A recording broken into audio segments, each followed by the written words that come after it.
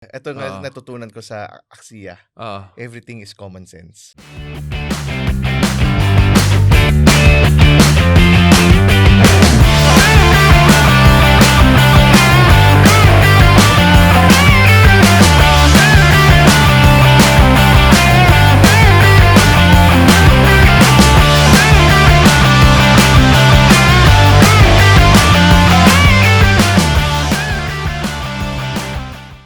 What's your culture look like in Strat Quad and Dropify? Is it the same office? Mhm. In the same office? Mhm. How does it look like? What's the median age of your personnel there? What are some of your core values? Yung sa workplace namin, the average age maybe 23, 24, ganyan. So right now, predominantly it's women. Okay, we have a few guys there, and I'm hiring. Oh, you're hiring now. Yes. So, yeah, go ahead with your culture. okay, Very young. Yung culture namin, so what I've learned is, lagi kinakausap ko sa kanila, lahat sila may potential.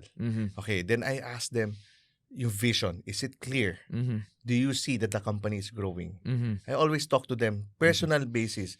Tinatanong ko sila, okay, ito lang yung expectations ko, ito lang yung values na kailangan yung gawin. Okay, sinasabi ko masinop, masipag, may malasakit. The typical tsaka mabilis, gusto mong matuto. Sa'yo, hungry yung word mo dyan. Yeah.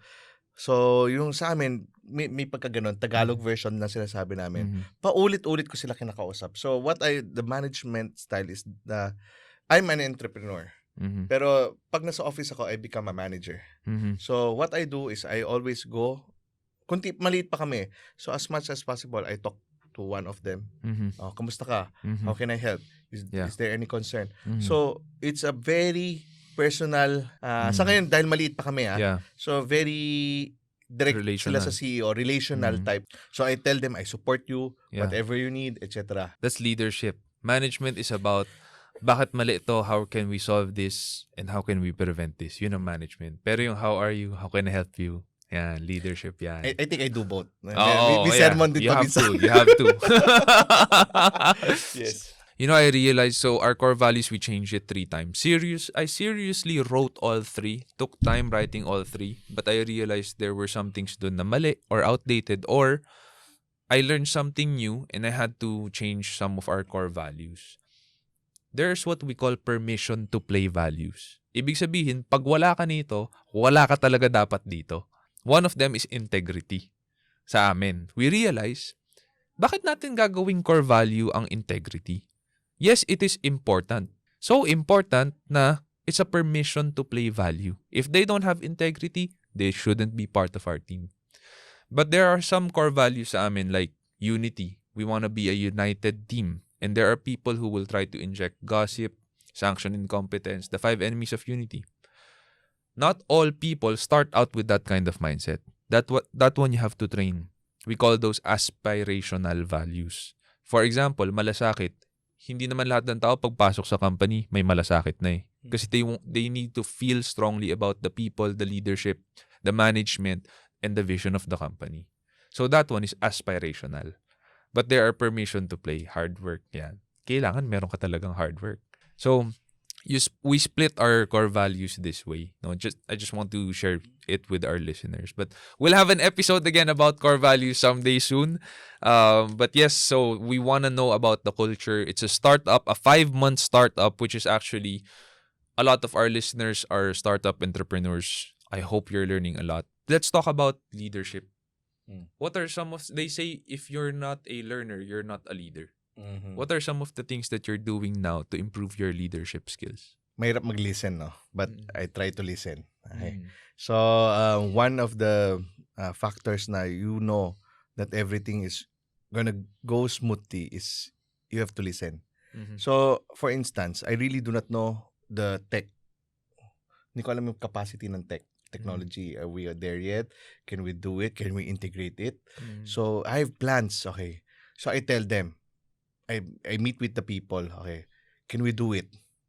Okay. Sige nga. Can you present to me how we're gonna do it? So, ito yung team ko, they will try, ganyan. Pero alam mo naman, at the end of the day, if you know, okay, kung kaya or hindi.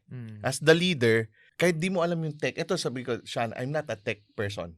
I don't have any background of the languages that you know. But I know the common sense behind it, it's possible. Okay? Yeah. So, lahat may possibility. So, gusto, kasi minsan meron tayong, for instance, ang goal ng heart ko, lahat automated.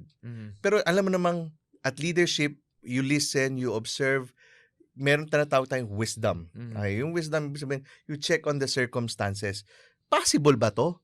Possible ba to? Yung talent niya ba kaya? Yeah. Okay? Do we hire from outside? Pero alam ko possible eh. Kasi pag iisipin ko yung process, common sense lang to eh. Yeah. Okay? Yeah. Pero hindi ko masabi na kaya ba. For example, yung software, I made a decision. Abroad. Yeah. Bakit? Hindi ko lang alam pero dito kaya naman ang talent natin. Pero iba yung way ahead na yung nasa abroad eh. Yeah. Okay? The talent here is growing naman eh. So, pero yung the decisions that you have to make as a leader, okay? You share the vision, you try to glue them, okay?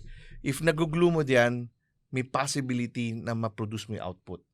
It may not be perfect, but because of your leadership, because of the wisdom, because of your ina-analyze mo, and yung wisdom na to put things together, the talent, lahat, makakabuo ka eh.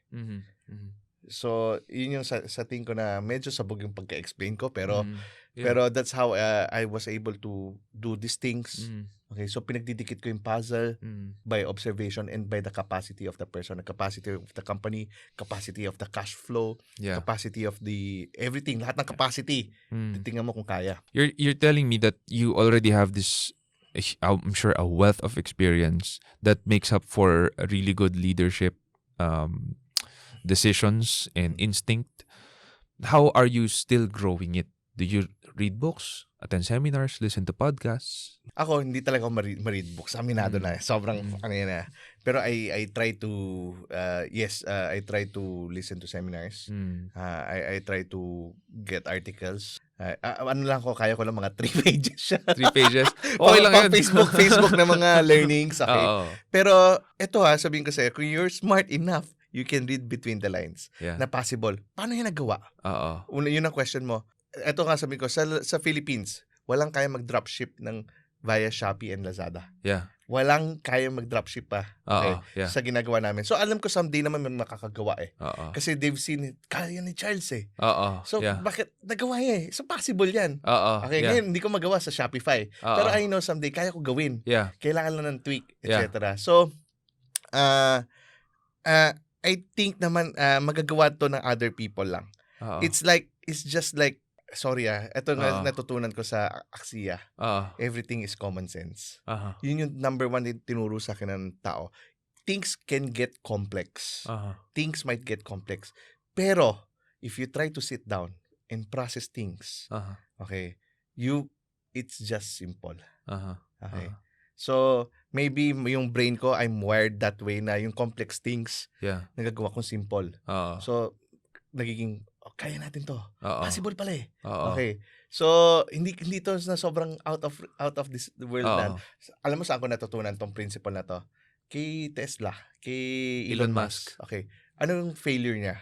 Failure niya is inautomate niya yung buong assembly line niya.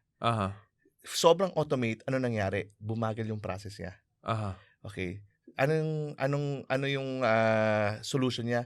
Ginawa niya, nagpalit siya ng tao. So in short, ako rin, sabi ko, hindi naman kaya lahat tech eh.